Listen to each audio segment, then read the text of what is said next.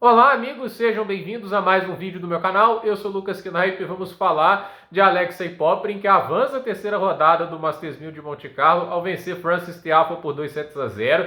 Caso não me falhe a memória, a segunda vitória consecutiva contra top 20 dele e a primeira vez que ele ganha dois jogos em sequência desde Paris no ano passado, né, quando ele ganhou do Berrettini e do Medvedev. Tá gostando de Masters 1000 de uma semana o Alexei Popyrin, mas agora o desafio é duro, né? Vai enfrentar o Casper Ruud no Saibro, né? Na quadradura dava até para acreditar mais, né? No Saibro vai ser bem complicado, mas começa a gira de Saibro melhor do que eu imaginava, com duas vitórias grandes. E essa vitória de hoje, por mais que a gente fale de um Frances Tiafoe que não é um especialista em Saibro, ele vinha com mais ritmo, né? Ele veio de um torneio em Houston onde foi finalista, ele já estava um pouquinho mais acostumado com o Saibro do que o australiano, que teve uma estreia dura, teve que jogar 2 horas e 50 contra o Hugo Humbert, tenista da casa, e agora ele vence o Tiafoe, mais uma vez conseguindo ganhar na solidez, o que impressiona bastante, né? Porque o Tiafoe é um cara que consegue sustentar bem as trocas no fundo de quadra, não é um tenista que, assim, ele é muito errático pela maneira de distribuir jogo, né? Eu acho que o Tiafoe às vezes fica errático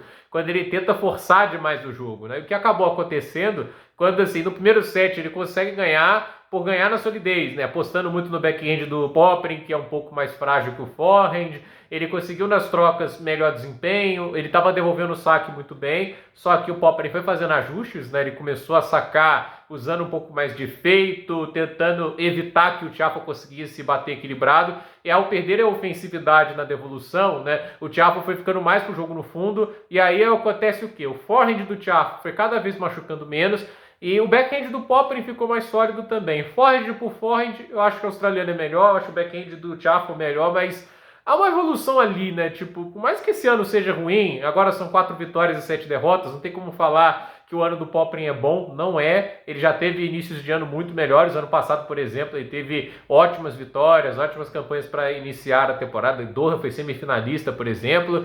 Assim, ele obviamente tá tendo dificuldades, mas o backhand dele tá mostrando melhores sinais do que mostrava, ao meu ver, até mesmo no ano passado. Ele tá conseguindo sustentar mais trocas agressivas no backhand, parece estar vendo uma melhora técnica ali, e é uma diferença brutal do jogo no US Open, que ele perde pro Tiafoe. Ok, quadras duras, menos tempo para bater o backhand, né, porque é uma quadradura ainda muito rápida, mas ainda assim, né, tipo, usou a mesma tática e não funcionou, né? Então, o Tiafoe hoje, ele teria que ir por um caminho de conseguir mais ofensividade, porque na solidez ele não estava ganhando. Só que ele não estava conseguindo tirar um winner, porque o forehand do Tiafoe, ele é muito assim, tentando tirar velocidade naquele estilingue que ele consegue fazer com o movimento do pulso, né? A técnica dele é muito dedicada a isso. Só que no Saibro é muito complicado você controlar isso, né? Você ter essa potência toda com esse tipo de movimento, né? O giro e o peso da bola no Saibro acaba sendo muito maiores. E o Popyrin, ele tem um forehand muito mais a cara de Saibro do que o Tiafoe. Ele já joga naturalmente com mais spin e ele consegue jogar com spin sem abrir mão de velocidade. Então, o forehand dele estava sufocando o do americano. E assim, Tiafoe parou de sacar bem e os jogos ali nos games de saque do americano só estavam ficando cada vez mais difíceis, complicados, né? O Popyrin cada vez mais crescendo nos games de devolução. E mesmo assim, a gente vê lá, chegou a estar 5-2 e saque. O Popyrin foi quebrado de 0, fez um game de saque tenebroso, mas ele quebrou logo em sequência. E olha que se esforçou para o Tiafoe confirmar, né? Porque teve 0,40, jogou mal os 2 pontos, forçou demais. Aí ele errou uma bola assim facílima no 30-40 para ganhar o jogo. Mas depois ali, tipo, eu acho que aí é aquele negócio, né? O tenista estava sentindo melhor no jogo e ele não se desesperou, né? Continuou fazendo o que estava fazendo antes, né? E o jogo veio para a mão dele no final. Então, ele conseguiu se sustentar, ele estava vendo que o Tiafoe estava errando primeiro, então, assim, o Tiafoe estava passando do limite primeiro. Então, foi uma vitória boa, porque ele melhorou com o passar do jogo, no aspecto de que ele conseguiu construir bastante a mudança de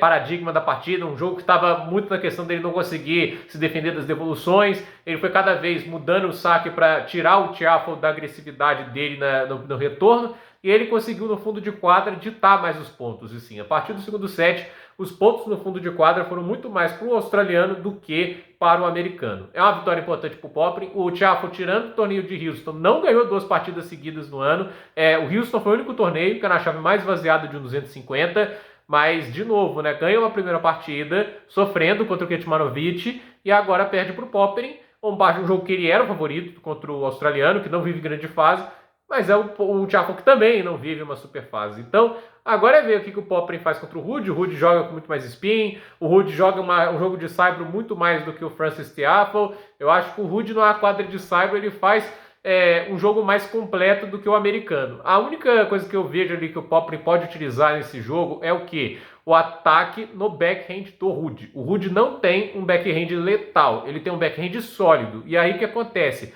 Eventualmente, uma bola no backhand do Ruud pode ficar curta, é onde ele tem que usar o forehand para conseguir tentar ali ganhar os pontos, ser agressivo. Ele vai ter que ser um cara sacando muito bem, e ele vai ter que, no fundo de quadra, tomar as rédeas da situação, né? O Ruud é um cara extremamente sólido, se defende muito bem, ele gosta do saibro porque ele tem mais tempo para programar as jogadas, para construir os pontos, então é um jogo muito difícil, mas assim, eu não diria que um Popyrin jogando bem é o adversário que o Ruud iria desejar. Eu acho que assim, jogando um tênis muito confiante, sentindo confiança para meter a mão de forehand, ele é perigoso. Então, vamos ver que Popyrin aparece mesmo. Se vai ser um Popyrin que não sucumbe à solidez do Ruud, ou se ele vai conseguir de alguma forma sufocar o backhand do norueguês, que eu vejo o melhor caminho, né? Porque o norueguês saca bem no saibro, ele tem um jogo de fundo de quadra muito bom. O forehand do Ruud é um dos melhores para o saibro, né? Porque não bate reto na bola, mas por outro lado ele tem uma facilidade para controlar o giro fenomenal, e é por isso que ele bate bem em movimento, bate bem para definir, distribui bem o jogo com o forehand. Então acredito que o Ruud é um oponente dificílimo, obviamente, pelas características. O Popyrin vem de 2 vitórias contra o top 20. O Gumbet, Tiafoe